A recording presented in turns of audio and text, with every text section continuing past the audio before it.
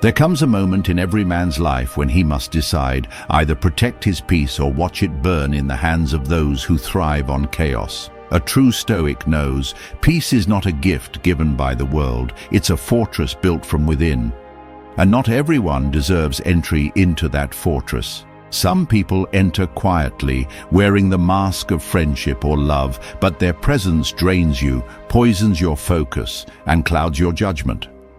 Seneca once said, "Associate with those who will make a better man of you, welcome those whom you yourself can improve. But the rest, those who drag your mind into turmoil, must be left behind no matter how much it hurts." Let's talk about the 4 kinds of people you must cut off before they destroy you. 1. The emotional leech, those who feed on your energy. There are people who do not seek connection, they seek consumption.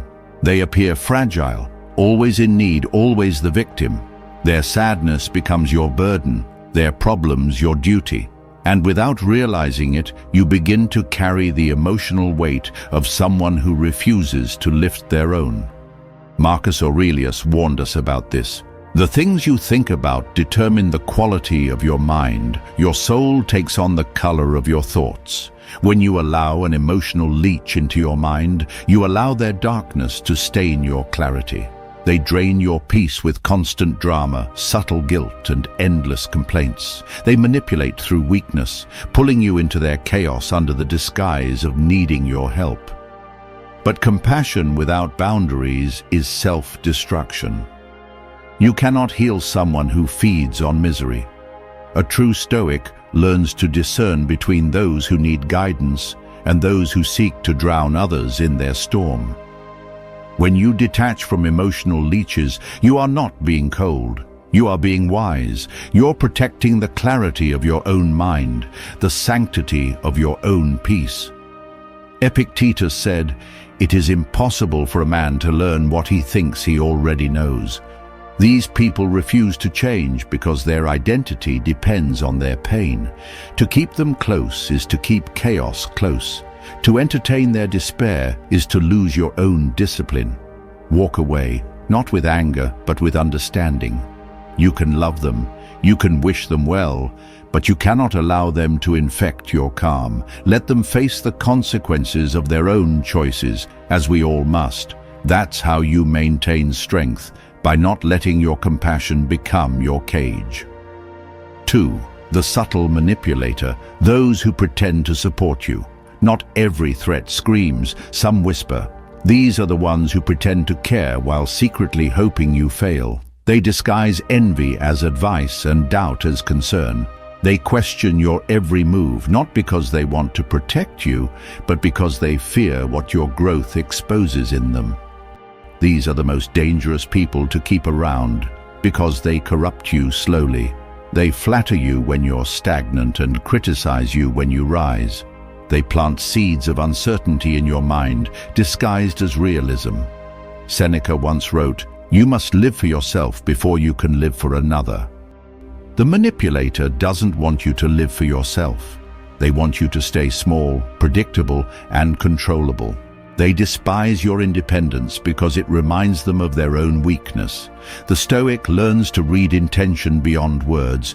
We do not judge by what is said. We observe what is done. The manipulator's energy always betrays them. Notice how they react when you succeed.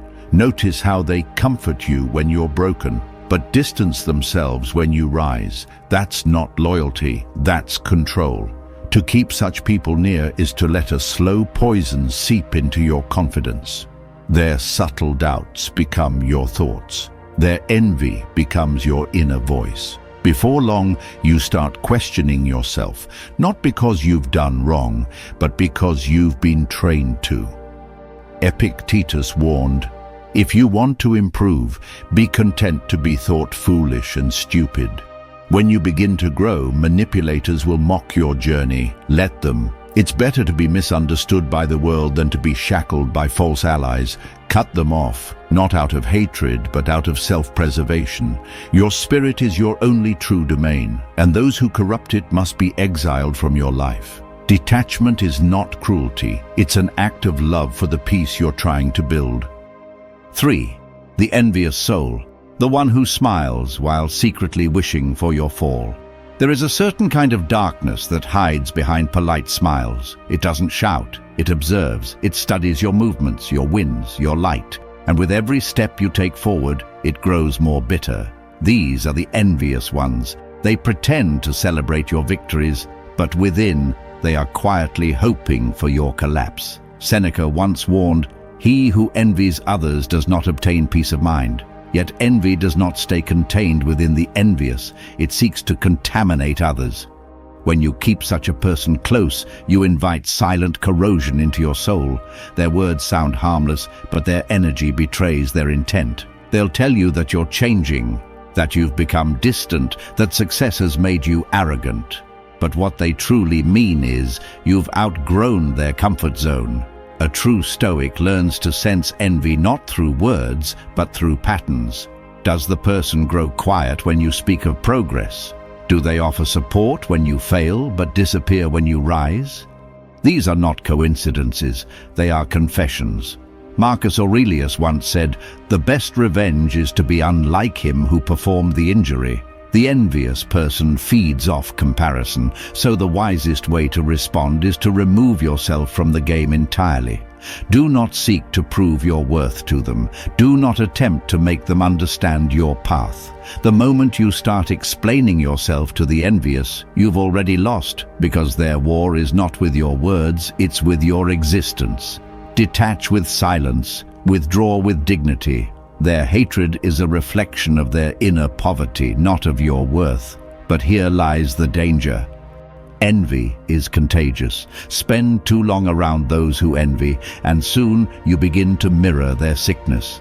You start measuring yourself through others' eyes, seeking validation instead of mastery.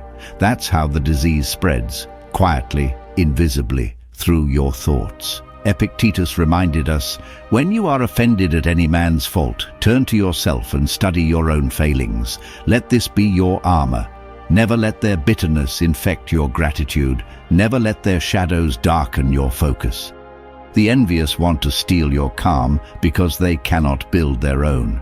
So we walk away, not in arrogance but in discipline, because we know what they refuse to learn, that no one can truly rise while envying another, and no one can truly fall while protecting his peace. 4. The complainer, the eternal victim of life. There's a special kind of heaviness that follows those who always complain. Their lives are built on tragedy, not by circumstance but by choice. They are chained not by what happened to them but by how they choose to interpret it. These are the people who believe life is conspiring against them, that the world owes them comfort, that every misfortune is an injustice. Seneca wrote, "We suffer more often in imagination than in reality." The complainer lives entirely in that imagination, where everything is unfair, everyone is to blame, and self-pity is their only form of relief. They speak as if misery is a badge of authenticity, but all they truly want is attention, not growth. A true Stoic cannot afford to stay close to such souls. Not because we lack compassion, but because we understand the cost of letting their mindset infect ours. Misery spreads faster than wisdom. Complaining is seductive. It invites sympathy, and sympathy without caution becomes participation. Before long, their problems become your problems, their fear becomes your fear, and their hopelessness begins to speak in your own voice. Marcus Aurelius warned, "Waste no more time arguing what a good man should be. Be one." The complainer does the opposite. He argues, debates, and blames, but never acts. He builds walls of excuses instead of paths of action. And if you're not careful, you'll start believing those walls are real. Cutting off the complainer is not cruelty. It's an act of self-preservation. Because when you walk with the perpetually helpless, you begin to forget your own strength. When you listen too long to their hopelessness, you start doubting your ability to change your fate. The Stoic way is to act, not to dwell, to accept, not to protest, to move forward, not to rot in complaint. We cannot save those who do not wish to be saved. We can only refuse to drown with them. And here's the truth. Silence is not only protection, it's power. When we stop feeding the complainers' hunger for attention, we reveal to them the mirror of their own inaction. That silence often hurts more than words ever could because it forces them to face themselves. Epictetus said, "Don't explain your philosophy, embody it." So we embody peace by walking away. We embody strength by staying calm. We embody wisdom by choosing solitude over noise. Because in the end, we learn not everyone deserves access to our peace, our time, or our soul. Some people must be left behind, not out of hate, but because their presence keeps us from becoming who we are meant to be. And as we walk away from them, we finally understand. Peace is not found in avoiding pain, but in mastering what we allow to remain within our circle. Get exclusive content and deeper insights. Join our membership today. Link in the description. If this resonated with you, subscribe to the Stoic Verse for more wisdom to guide your journey.